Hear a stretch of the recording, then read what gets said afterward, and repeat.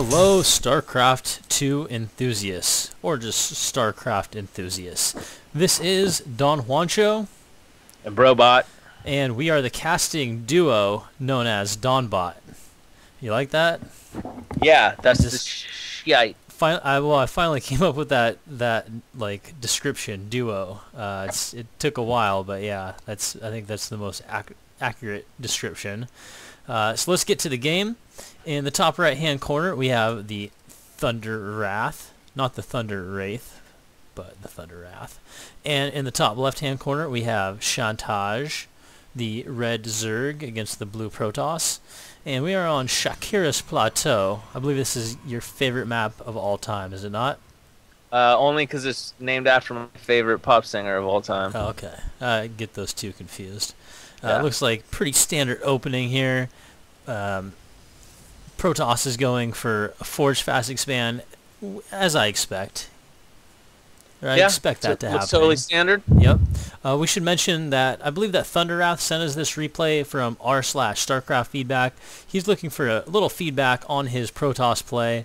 He didn't actually say who he was, so we're just going to assume that it was the Protoss because it's PvZ.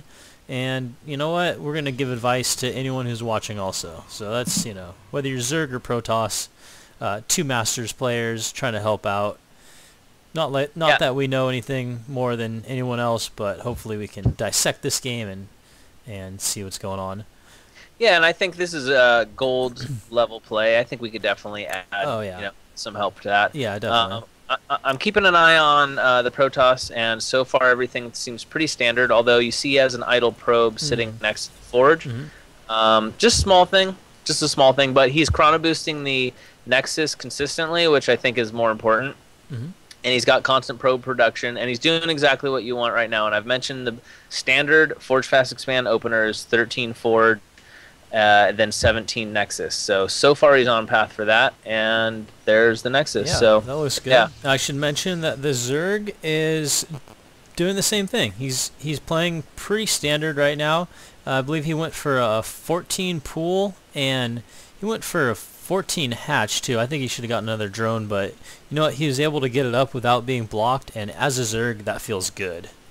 So right now he has some Zerglings out, and we're gonna see. This is a big point in the game. Does he take his third or not? And going back to the Protoss, he went with a pylon after Nexus and then a gateway. And normally, what you want to do is to put the cannon down right away. I don't think he was scouting to know for sure that he would be safe from some lings getting by. The way that he went is he scouted the pool time. But I think that, if he wanted to, if Zerg made like 6 lings after his pool, he probably would have snuck them in, no problem. Yeah, and I don't think the Zerg was doing a great job of scouting, but if he scouted that, then he could have sent some lings straight in and caused a little bit of trouble. Yeah, I'm okay with that. Even, as playing Zerg, it's so APM high to even sneak him in that, at the top level you might want to do that, but generally I think just kind of stick with your game plan. Unless your game plan is to be aggressive when you see that, I think it's fine. But that's from my perspective. I'm only one Zerg.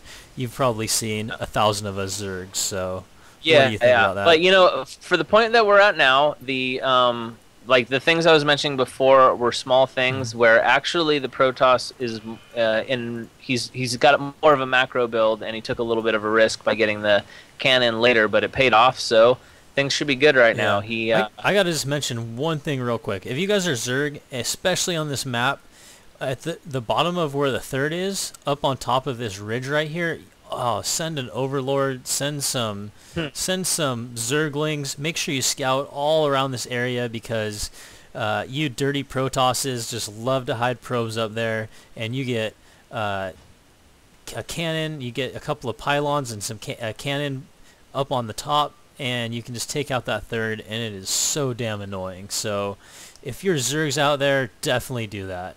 Am I right? Okay, do you do that? No, I don't do that kind of thing. Well, but hiding one up there for scouting later on, if I can get away with it, I'll do it for sure. Okay, so the a lot of stuff happened that I was thinking about, and Okay, first thing for the Protoss, he only got one gas. He should have got both gases at the same time. Usually, after you get your first gateway, you want to get both gases. The the place where it varies is your natural expansion. Are you going to get one there, two there? When are you going to get it, earlier or later? But when you get your first gateway, you want to get those two gases like pretty much right away. Also, his very first zealot, he chrono boosted out a little bit late. He could have started it sooner. He had the minerals to do that, and that would have saved him a chrono boost. Or he could have put the chrono boost on a second zealot and sent 2 zealots out. Another thing, that he took the watchtower with his first zealot. That's cool and all, but he could have attacked the second watchtower and just made it more of a pain for the Zerg. If you send a zealot out like right away and you go attack the watchtowers, you're gonna just give the Zerg like that much more of a pain in the butt. I agree. And totally. you can even send the zealot in and poke it in and get some scouting in, which is what I really think is the key. You really want to use that zealot mainly just to like make sure that the Zerg is on 3 bases. Yeah, just basically scout the third and see what's going on. Yeah. So looking at the Protoss's view, it looks like he did scout that there were 3 bases for the Zerg. So he knows that there's okay. So anyway, he knows that there's he's got a few more minutes before. So Protoss is going for an early third right now. Yeah, that's very early. And it's a little surprising. Right now, Zerg actually has very little drones. I'm not sure where. I thought he had more drones. He's getting a lot of roaches right now, and what is in production? More roaches. A little bit unusual of play right here. Normally, you want to get a much bigger army as a Zerg player. I mean, just to hit like that 12-minute max. I mean, in 2 or 3 minutes, he could be maxed. So. Yeah, the Protoss has way more workers than the Zerg right now, which isn't really normal for like high-level play. Well, and even for mid-level, even like as a platinum or diamond, I think it's a little unusual. Yeah, and I mean, in the Gold League, this quick third by the Protoss, you can probably get away with it. But I think if you were in a higher league, you'd have a real hard time getting away with that early of a third. But I really like this wall off right here. I'd like if he got a couple of zealots just right here, maybe warp some in. And another big thing, he has this Robo Bay. I think he should get some immortals. He saw that he lost some stalkers to a couple of roaches, so you know that he's probably not going for too quick of muta play. You know that he has some roaches. You might as well get a couple of immortals. What do you think of that? Yeah, he could be getting immortals or just getting his Colossus gun up and getting ready to get Colossus going. +1 just finished for the Protoss also. I want to see more tech, like really. Definitely, and really just spend those minerals. I mean, anyone can just say that. Just spend minerals more. He's getting a little bit higher in the mineral count. And I want to check something real quick. Some advice that I give to guys that are like maybe in the gold level or so is that you should have about 4 production facilities per base. So I'm going to count real quick how many production facilities he has, because he's got 3 bases, so that means he should have about 12. And if you look in his main, he's got 4 gateways and a robo, so that's 5. And then 6, 7, 8 with the 3 in the expansion. He just dropped another robo bay too. A robo facility. I would say the forge counts as another one, just because you're going to be spending money in that, getting upgrades. So he's got another robo there too. So that would be 9, 10, 11, 12. So that should be good. He shouldn't be having that high minerals if he's, macroing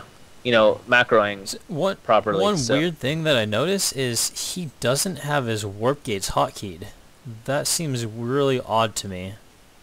Like, really. Yeah, he's probably using the hotkey, the warp gate. Yeah, he's probably using that. Okay, that makes sense. Yeah, I like to hotkey all mine. I don't know. It's probably just, I don't even know why I do it, but I'm just used to it, so I keep doing it. I like that he's taking out this creep spread. I think that's a good strategy. Even for the cost of 5 zealots, if you stop that creep spread, that's pretty good. This Zerg is definitely playing good. I mean, for gold level, having that creep spread out, He has pretty good saturation in all of his bases. It looks like he's getting Infestor Tech right now. And so it seems like he's going to be going for some sort of timing push with Roach Infestor. The thing is that this is very tough against Colossus. If you have enough Colossus out and a couple of like well-placed force fields, those Roaches, they just become like they don't have as much value. Oh wow, he just made 11 Infestors at one time. Wow, that's something else. So some good things on the Protoss side. We've got dual forges going right now, and I think he's trying to chrono boost them as he can. Dual forges is like great in pretty much every matchup except I would say PvP, just because you need more units for that matchup. But versus Terran and versus Zerg, dual forge is great. Definitely great idea. Agree with that. Totally agree. Also, he threw down a Twilight Council, and I'm sure it was probably just to get more upgrades, but okay, he just started the Zealot leg speed. Okay, I think that's a good idea. Also have as a Templar Archives, so maybe some Archons going on here. And wow, it looks like Zerg is already maxed, so I wonder if we're going to see an attack pretty soon. It looks like a pretty much max Roach push, but it's been really delayed because he's getting all these Infestors. Yeah, and the Zerg, Protoss is still floating like tons of minerals. Yeah. I mean, he could with the Zealot leg charge. If he threw down a ton of Zealots, he's got 15. He could have even more. Zealots, like, they do pretty decent even against Roaches if you have the leg speed and upgrades. Yeah, I've heard that if they're right next to each other, Zealots actually are basically the same as Roaches. It's just that how they can kite them. And it looks like we have a drop in the bottom left here, but at the same time we have this max Roach Infestor army going through, but it looks like he's going to pull back just for these couple of Zealots, and only one is attacking. There we go, we have a couple more attacking now. So this is a great way just to get a better position on that army, because he's forced him to pull back his entire army. Really, a Zerg, just pull back a handful of your Roaches. That's all you have to worry about. Even if they sack this, I mean, you're kind of like hitting at a timing now. So for each second that you don't attack, you're basically letting him get more and more Infestors. And he's just getting his Spire up. He doesn't even have any Corruptors out to take out these Colossus. So if our Protoss friend can hit up some good force fields, I think he'll have no problem handling this. Although those Infestors are going to toss a lot of infested Terrans out. But the problem is this army just seems so small. Right now we're at, well, it's close. It's 135 to 103 army supply. Yeah, but the Protoss has 4 Colossus and just now got 6 Colossus. I mean, that's such such firepower for the ground, and there's not much any we have air this at all. attack going on right now. Those Infestors are just sitting in back, and it just seems like the Protoss has such a good angle. Oh, but where are the force fields? Yep. Oh man, 2 force fields on the ramp, and that is just cut off completely. Yeah, that would have been nice. So it looks like. But what are you really going to do with these Infestors? He tries to do Neural Parasite, which is for just a second. It's honestly stupid against Colossus though, because they have such long range. Unless you're going to like get all of them with Neural Parasites, which you're not going to do.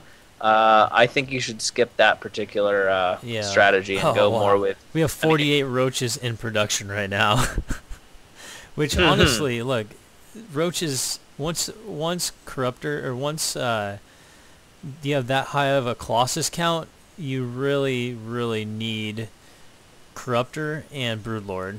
That's your Roaches are just not gonna work.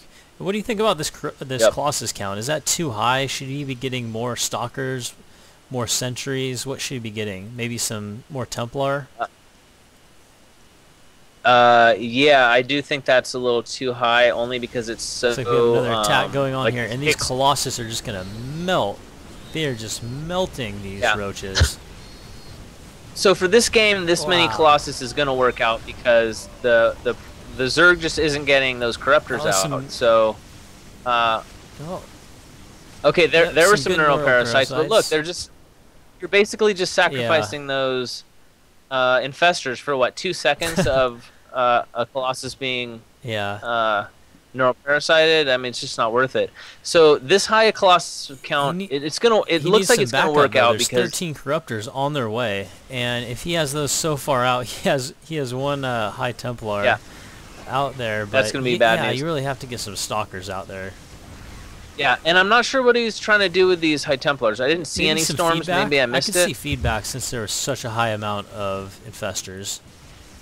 Yeah, maybe there were some feedbacks I missed because that High Templar that just died did have it didn't have any energy. It was used up. So right now, I think that he's going to lose all of his Colossus, and this is just a and that is like that hurts so bad. Yeah, that's so painful. So much money going down the drain right there, and for free. He's not. I mean, he took out one base. Well, he took out one base, but yeah, totally not worth losing that much. And if you're ever in a situation where you have really high-tech units, and the same thing really goes with Archons, if you're ever in a battle and you lose all your Zealots can die for days. But if you have like a bunch of your high-tech things left over, you need to go back and get your army back. Because you can trade Zealots all day for whatever, but you do not want to trade your Colossus. So we have a big attack going. It's hard to see with all these Overlords here. Maybe I can see if I can't really get past them here. But we have some Broodlords morphing in, and I mean it seems kind of basic. You got to produce units that shoot up if you're Protoss. You can't just rely on all the Zealot and Colossus. Yeah, but on the other hand, Zergs need to make a buffer. It's just like we were talking about with the Protoss. If you can't have all these high-tech units just sitting there exposed. And in this case, they're just not doing enough damage. He definitely needs a buffer, but at the same time, if you don't have anything that can attack air, you don't. I mean, you still need a buffer once they get it, but if they don't have that. Yeah. And man, seeing all these Colossus split up and just dying for free, it's so sad. That should not be happening. You just got to be more careful with, especially like your high-tech units. You know, you're going to make a carrier or a mothership or a Colossus. You've got to keep them protected. So it looks like he just made a bunch of Stalkers here, and they're taking everything out. So I wonder who submitted this replay, because again, we thought it was the Protoss. It definitely looks like the Protoss is going to win. He's on 5 bases right now to about not even 1 base, and a bunch of Colossus coming in. So I'll just do a quick thing for Zerg. Stayed on roaches too long. It's very strong in the beginning of the game, or like the middle to beginning of the game, and once you get out a couple of Colossus, they lose a lot of their power. They're still good, but you have to start teching to Broodlord and Fester. And on top of that, you want to get some spine crawlers, just so that while you're getting that tech up, you're not going to lose to some sort of all-in. So yeah, and I'll give some more comments on the Protoss. Some of the stuff we already talked about. The main thing is that if you have high-tech units like Colossus, you need to treat them like they're heroes in Warcraft 3 and just protect them at all costs and not let them die at all. I mean, obviously, if you're going to trade like a Colossus and you're going to take out like half an army, then that's great, but if you ever get in a big battle and your ground army is wiped out, but you got your high-tech stuff alive still, you definitely don't want to push in. You want to go back and get some, protection for those guys. The other thing that the Protoss could have done better is early on I noticed that the macro was not like it could have been better. There was like floating a lot of minerals, and especially if you have charge, you can throw in zealots and they help out a lot. And another thing with lower level players. We went through that whole thing I was talking about, how you should have 4 production facilities per base. But if you're a lower level player and your macro's not like perfect, it's totally fine to add extra gateways or an extra rover or something like that, and just so it's easier for you to macro, because you really want to get macroing is all about getting units out, and if you're not hitting perfectly, then a few extra gateways is a good thing. I think that you can say the same thing about Zerg. You can add a few extra macro hatcheries. Like if you're a silver or gold or something like that, you're finding that you're floating minerals a lot, throw down 1 or 2 extra macro hatcheries and an extra queen or 2 to do injects. And even if your macro is not perfect, you'll at least be able to spend those minerals and get tons of units out, which is going to win you more games. Yeah, I agree with all that analysis. And thanks for submitting this. Do you remember the guy's name? Is Fedora or something like that? Okay. Yeah, it was something like that. But Yeah, pretty sure it was the yeah. Protoss. So, either way, thanks for submitting, and that's all I have to say. Donbot, or Don Peace Juancho out. and Brobot, peacing out. Donbot.